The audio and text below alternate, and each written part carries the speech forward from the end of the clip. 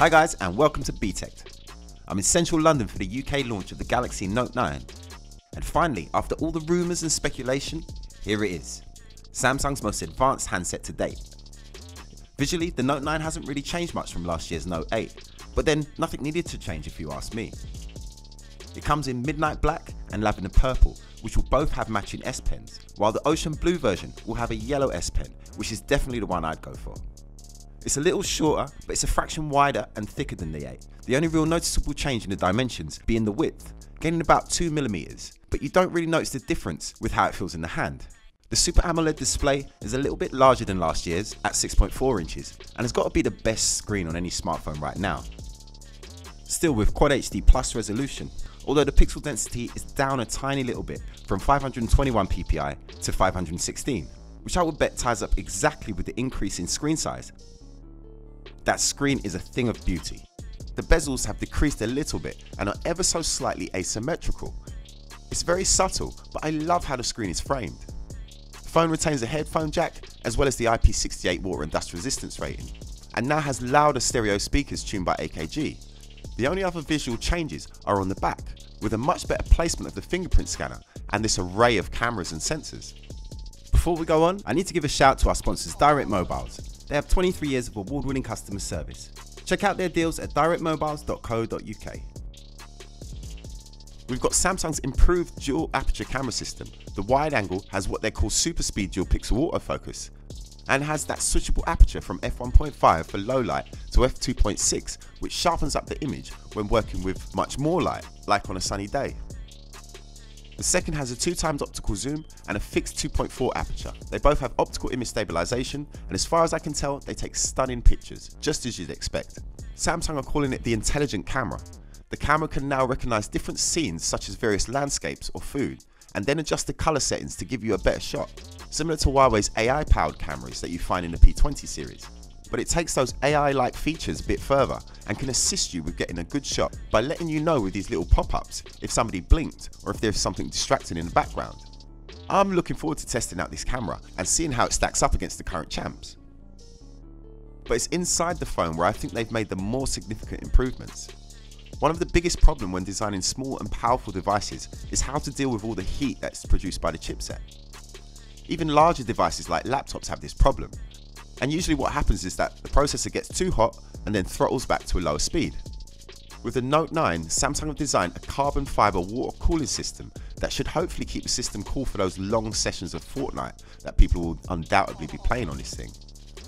I think as processors get faster, we need innovation like this. There's no point in having a super powerful processor if it's running at half speed most of the time. I think we might be seeing similar cooling solutions being used more often. They've squeezed a 4000 mAh battery inside, matching the size of the cell inside the Huawei P20 Pro, which to me is the longest lasting phone I've ever used. But that is partially down to its software power management, so it'll be interesting to see how the Samsung compares. Samsung claimed that the battery in the Note 9 will last you the day, but I think they might be underestimating it a little bit, and I wouldn't be surprised if it lasts 2 full days with moderate use.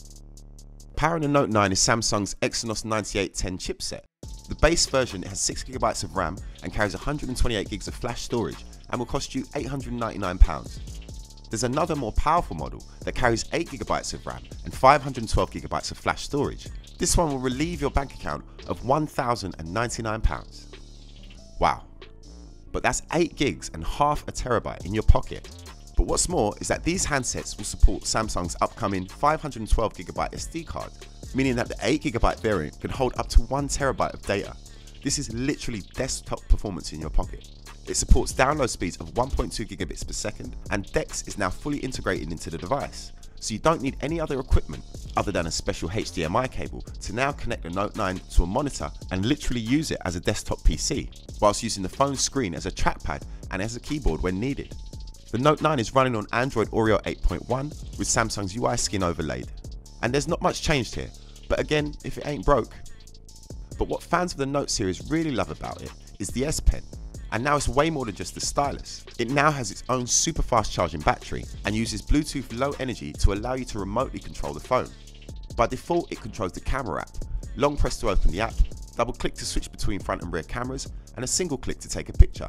But the functions can be assigned to do whatever you'd prefer. The battery on the S Pen charges whenever you place the pen back into the phone, and it reaches full charge from empty in just 40 seconds, and that will give you half an hour of use. But you can still use the S Pen as a normal stylus if the battery does run down. This is a serious handset, guys. Specs blow everything away, but then so does that price tag. We'll have our review unit very soon, and I properly cannot wait. I'm going to be all over this one for the next few weeks, and we're going to go into detail to help you decide whether or not you think it's worth dropping 1100 quid on. But what do you think, guys? The S9's underperformed sales-wise for Samsung, as did the iPhone X for Apple. Some will say it's down to the sky-high price tags. But with this mad level of tech in the Note 9, will it win people around? I mean, come on, carbon fiber water cooling?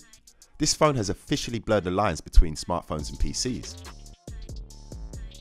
The Samsung Galaxy Note 9 is open for pre-orders now and will be available for sale from the 24th of August in the UK. Like I said, our review unit's coming real soon, so make sure you subscribe and like. Stay tuned to Btekt for more on the Galaxy Note 9. I'm David Wildman and this was Btekt.